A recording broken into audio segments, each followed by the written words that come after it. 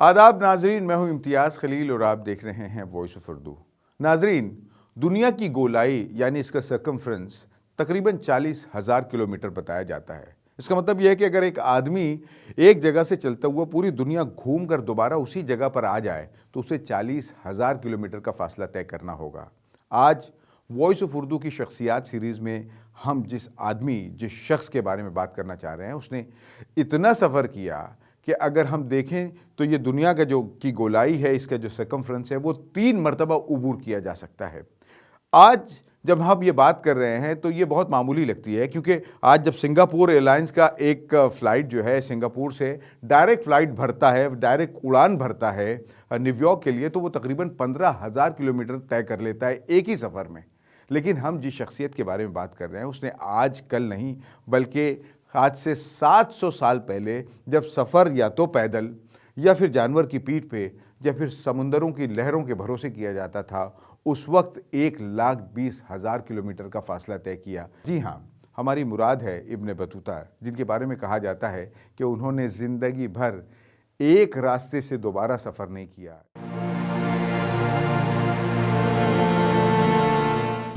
24 فروری 1304 عیسوی کے دن ابن بطوطہ کی پیدائش مراکش کے اہم ساحلی شہر طنجہ، جو آج تنجیر کہلاتا ہے، میں بربر قبیلہ لواتا سے متعلق خاندان میں ہوئی۔ اس خاندان کا مقام و مرتبہ یہ تھا کہ اس کے کئی افراد مرینی حکومت میں قاضی القضاء یعنی چیف جسٹس جیسے اہم عہدوں پر فائز تھے۔ ابن بطوطہ کا نام ابو عبداللہ محمد رکھا گیا۔ تعلیم یافتہ خاندان میں جنم لینے کی وجہ سے ابن بطوطہ کو بچپن ہی سے قرآن، حدیث اور اسلامی قوانین کی تعلیم حاصل کرنے کا موقع مل گیا۔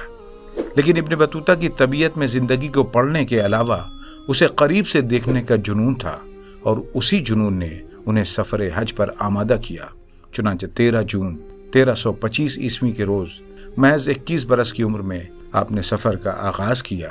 اس وقت یقیناً آپ کو یہ اندازہ نہیں رہا ہوگا کہ وہ ایک ایسے سفر پر نکل رہے ہیں جس پر عقل انسانی ہمیشہ حیران رہے گی۔ مراکش سے نکل کر ابن بطوطہ افریقی ساحل سے لگے الجزائر، تیونس اور لیبیا کی سیر کرتے ہوئے مصر پہنچے، جہاں قاہرہ اور اسکندریہ جیسے شہر دیکھ کر حیران رہ گئے، اور یہیں سے آپ کے دل میں دنیا کی سیر کرنے کا جو خیال تھا اس نے جنون کی شکل اختیار کی۔ اس کے بعد آپ نے فلسطین اور سیریا کا رخ کیا اور دمشق، حلب اور حمص جیسے شہروں کی سیر کی۔ سیریا سے نکل کر ابن بطوطہ حجاز پہنچے، جہاں آپ نے پہلی مرتبہ فریضہ حج کی ادائیگی کی۔ اس کے بعد ابن بطوطہ نے اپنی زندگی کے 28 سے 30 برس سیاحت میں گزار دیے۔ حج کے بعد ابن بطوطہ نے ایران اور عراق جیسے ممالک کا رخ کیا اور وہاں بغداد، بصرہ، اصفہان اور شیراز جیسے شہروں کی سیاحت کی، جو مسلم گولڈن ایج میں علم اور ترقی کے مرکز کی حیثیت رکھتے تھے۔ یہاں سے ابن بطوطہ نے واپس مکہ مکرمہ پہنچ کر 1326 عیسوی میں دوبارہ حج کیا اور طویل عرصے تک یہیں مقیم رہے۔ اس کے بعد آپ نے ایک مرتبہ پھر رخت سفر باندھا اور جزیرہ نماں عرب کے ساتھ مشرقی افریقہ کے علاقوں کی سیاحت کی۔ سن 1328 سے 1330 کے درمیان ابن بطوطہ نے یمن، صومالیہ، کینیا اور تنزانیہ کے علاقوں کی سیاحت کی۔ 1330 میں ابن بطوطہ نے دوبارہ سرزمین عراق کا رخ کیا اور 1332 تک کا زمانہ عراق، ایران اور ترکی، جو ان دنوں اناطولیہ کہلاتا تھا، کے علاقوں میں گزارا۔ ایران میں ابن بطوطہ نے منگول بادشاہ ابو سعید بہادر خان، صوفیہ سلسلے کے بانی صوفی بزرگ صفی الدین اردبیلی اور علماء تبریز کے علاوہ قادری، سہروردی اور رفاعی سلسلوں کے صوفیوں سے ملاقاتیں کی۔ جب ابن بطوطہ بغداد پہنچے تو عراق پر منگولوں کی حکمرانی تھی، لیکن رسمی طور پر ایک عباسی خلیفہ موجود تھے، جن سے ملاقات کا ذکر ابن بطوطہ نے اپنی کتاب الرحلہ میں کیا ہے۔ ابن بطوطہ نے بتایا کہ خلیفہ مذہبی حیثیت سے مسلمانوں کے سربراہ سمجھے جاتے تھے، لیکن سیاسی اختیارات ان کے پاس نہیں تھے۔ عراق میں ابن بطوطہ نے حضرت علی کرم اللہ وجہ کے مزار پر حاضری دی اور نجف کے شیعہ علماء سے ملاقات کا ذکر بھی اپنی کتاب میں کیا ہے۔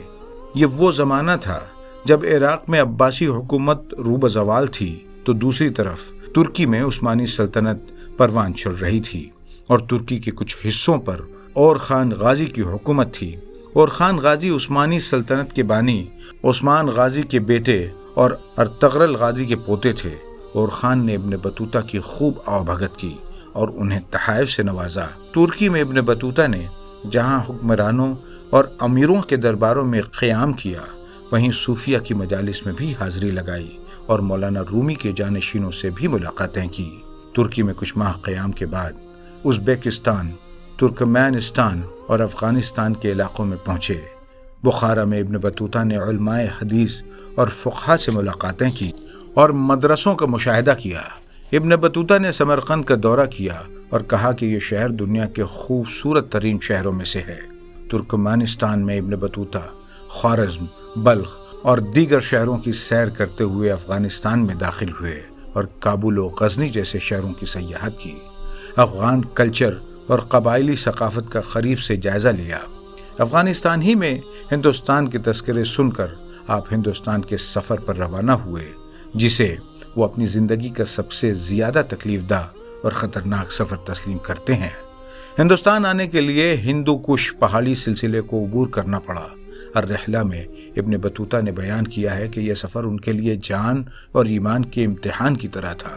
ہندو کش پہاڑ کی چوٹیاں سال بھر برف سے ڈھکی ہوتی تھیں اور برفانی طوفانوں میں راستوں کو پہچاننا دشوار ہو جاتا تھا۔ راستوں کے ایک طرف بلند پہاڑ تھے تو دوسری جانب گہری کھائیاں۔ سردی اتنی شدید کہ مسافر سردی سے بے ہوش ہو جاتے یا مر جاتے۔ ان سب کے بعد پہاڑی قبائل کے حملوں کا خطرہ، جو مسافروں کو لوٹ کر انہیں قتل کر دینے یا غلام بنا لینے کے لیے مشہور تھے۔ موت کی وادی عبور کرنے جیسا سفر طے کر کے آپ سندھ کے راستے سن 1333 میں ہندوستان میں داخل ہوئے اور دہلی پہنچے۔ اس وقت دہلی میں محمد بن تغلق کی حکومت تھی اور تب تک ابن بطوطہ بطور سیاح شہرت حاصل کر چکے تھے۔ تغلق نے ابن بطوطہ کا استقبال کیا اور ان کے علم و تجربات سے متاثر ہو کر انہیں اپنے دربار میں قاضی کے اہم عہدے پر فائز کر دیا۔ ہندوستان میں رہتے ہوئے ابن بطوطہ نے دہلی، ملتان، پشاور، سندھ، اجمیر، گجرات، دولت آباد اور مالابار کی سیاحت کی۔ ملتان اس وقت بھی تجارت اور تصوف کے حوالے سے اہم شہر تھا۔ سندھ کی بندرگاہ اور تجارتی مراکز اسے اہم بناتے تھے۔ اجمیر میں ابن بطوطہ نے خواجہ معین الدین چشتی اجمیری کی درگاہ پر حاضری لگائی اور چشتیہ صوفی سلسلے کے تعلق سے معلومات حاصل کی۔ گجرات کے کھمباٹ، گوگا اور بھروچ جیسے شہروں نے ابن بطوطہ کو اپنی جانب راغب کیا، جہاں ابتدائی اسلام میں ہندوستان آنے والے عرب تاجروں کی بستیاں آباد تھیں۔ دکن کا دولت آباد محمد بن تغلق کا دوسرا دارالحکومت تھا، اس لیے ابن بطوطہ نے خصوصی طور پر اس شہر میں حاضری لگائی۔ ابن بطوطہ نے مالابار کی بھی سیر کی، جہاں کی بندرگاہ کالی کٹ میں بھی عرب تاجروں کی بستیاں موجود تھیں۔ ابن بطوطہ نے کم و بیش 1333 سے 1341 تک کا زمانہ ہندوستان میں گزارا۔ اپنی کتاب میں بیان کرتے ہیں کہ محمد بن تغلق کا دربار بے پناہ دولت، سخت مزاجی، اچانک انعام اور اچانک سزا کا عجیب امتزاج تھا۔ دنیا میں شاید ہی کوئی ایسا دربار ہوگا جہاں ایک شخص ایک دن میں امیر ہو اور اگلے دن قیدی بنا لیا جائے۔ خود ابن بطوطہ کے ساتھ بھی کچھ ایسا ہی معاملہ پیش آیا۔ تغلق کے دربار میں جہاں انہیں بھاری تنخواہ، شاہی احترام، جاگیریں اور تحائف ملتے تھے، وہیں تغلق کے عتاب کا بھی سامنا کرنا پڑا۔ ایک مرتبہ سلطان نے کسی بات پر ناراض ہو کر کئی درباری قتل کروا دیے اور ابن بطوطہ کو قید کرنے کا حکم جاری کر دیا۔ ابن بطوطہ نے بیان کیا کہ قید میں وہ ہر لمحہ اپنی گردن اڑا دیے جانے کے حکم کا انتظار کرتے رہے کہ اچانک ایک دن سلطان نے انہیں معاف کر دیا۔ کچھ عرصے بعد پھر سلطان نے غصے میں ابن بطوطہ کو نظر بند کرنے کا حکم جاری کیا اور آپ کو کئی مہینے نظر بند رہنا پڑا۔ ابن بطوطہ کو ہندوستان میں طویل ہوتے قیام اور سلطان تغلق کے سخت رویے نے پریشان کر دیا تھا۔ اسی دوران ایک روز ابن بطوطہ کے دل کی مراد کچھ اس طرح پوری ہوئی کہ سلطان نے انہیں اپنا سفیر بنا کر چین بھیجنے کا فیصلہ کیا۔ سن 1341 میں ابن بطوطہ ایک قافلے کے ساتھ ساز و سامان اور تحفے تحائف لے کر چین کی جانب روانہ ہوئے۔ قافلے کو بحری راستے سے چین پہنچنا تھا، لیکن یہ قافلہ ابھی خشکی پر ہی تھا کہ باغیوں اور لٹیروں نے حملہ کر دیا۔ قافلے میں شامل زیادہ تر لوگ مارے گئے، چین کے لیے بھیجے گئے تحائف لوٹ لیے گئے۔ ابن بطوطہ خود بھی زخمی ہوئے، لیکن جنگلوں میں چھپ کر اپنی جان بچانے میں کامیاب ہو گئے۔ ابن بطوطہ نے الرحلہ میں لکھا ہے کہ میں تنہا رہ گیا تھا، نہ مال تھا نہ ساتھی، صرف جان بچی تھی۔ اسی حملے میں آپ کے ذریعے لکھی گئی اب تک کی یادداشتیں بھی ضائع ہو گئیں۔ اس سانحے کے بعد دہلی واپس جا کر تغلق کا سامنا کر کے اپنی جان جوخم میں ڈالنے کی بجائے آپ سمندری راستے سے مالدیپ کی جانب روانہ ہو گئے۔ مالدیپ پہنچ کر ابن بطوطہ نے وہاں کی سیاست و معاشرت کا مشاہدہ کیا۔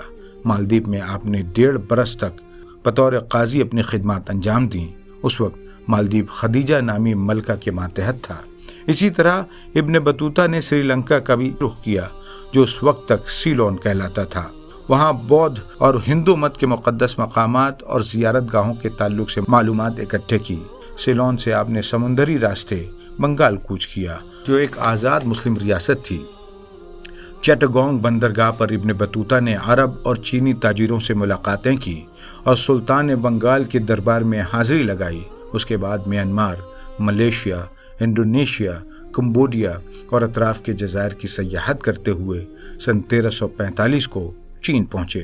چین میں ابن بطوطہ یہ دیکھ کر حیران رہ گئے کہ یہاں آنے والے ہر مسافر کو اپنا رجسٹریشن کروانا پڑتا ہے۔ چین کے ہر شہر میں داخلے سے قبل ابن بطوطہ سے ان کا نام، نسل اور سفر کا مقصد پوچھا گیا۔ اس سے قبل آپ کو کبھی ایسے مراحل کا سامنا نہیں کرنا پڑا تھا۔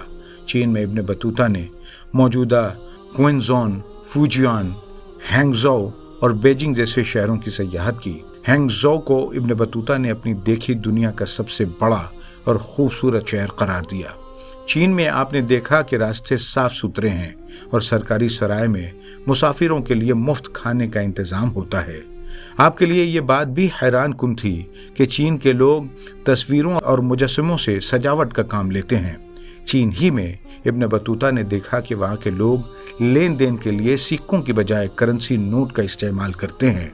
چین میں اکثریت بت پرستوں کی تھی، لیکن عرب اور ایرانی تاجروں کی شکل میں موجود مسلمانوں کے لیے مساجد، حلال کھانے اور اسلامی عدالتیں موجود تھیں۔ اپنی کتاب الرحلہ میں ابن بطوطہ نے لکھا ہے کہ چین میں سفر کرنا سب سے زیادہ محفوظ ہے۔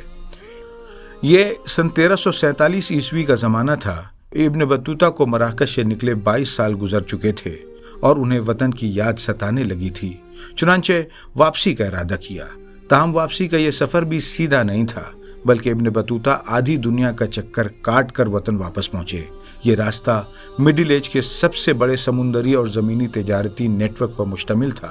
چین سے 1347 میں روانہ ہونے والے ابن بطوطہ بحر ہند، خلیج فارس، مڈل ایسٹ، بحر روم سے ہوتے ہوئے شمالی افریقہ سے گزر کر 1349 عیسوی میں آبائی وطن تنجا پہنچے۔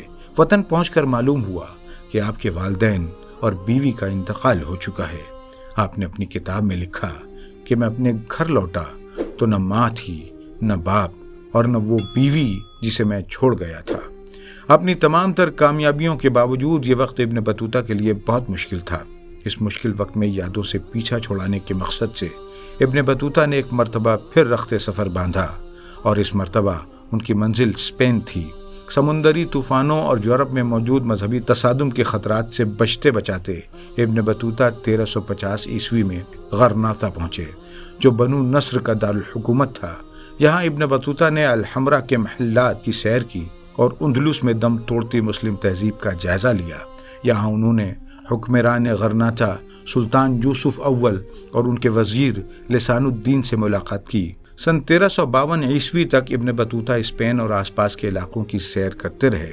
اس کے بعد مغربی افریقہ کا رخ کیا اور اگلے 2 برس موریٹانیا، مالی، ٹمبکٹو اور نائجر ریور سے لگے علاقوں کی سیر کی، جس میں موجودہ نائجیریا بھی شامل ہے۔ ابن بطوطہ نے دنیا کے 40 ممالک کی سیاحت کی، کئی حکومتوں کا مشاہدہ کیا اور ان میں سے کچھ کا حصہ بھی بنے۔ ہندوستان اور کچھ مقامات پر شادیاں بھی کی، لیکن جب بھی کسی نئے سفر کا موقع ملا انہوں نے ذرا بھی تاخیر نہیں کی۔ دنیا گھومنے کے بعد بھی ابن بطوطہ اپنی مذہبی بنیادوں سے جڑے رہے۔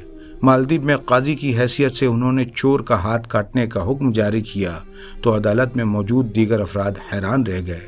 اسی طرح نیم برہنہ خواتین کی اپنی عدالت میں حاضری پر روک لگائی۔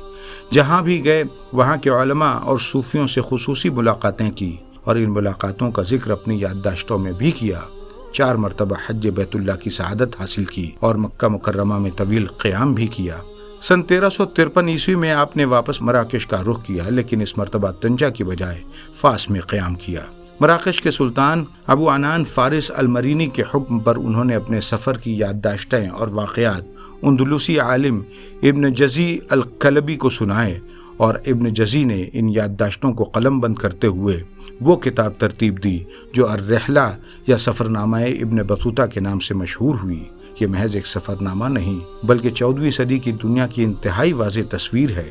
یہ کتاب تاریخ، جغرافیہ، سیاست، مذہب اور تہذیب کا ایک کبھی نہ مٹنے والی دستاویز کی مانند ہے۔ ابن بطوطہ نے سن 1369 عیسوی میں طنجہ میں وفات پائی اور وہیں مدفون ہوئے۔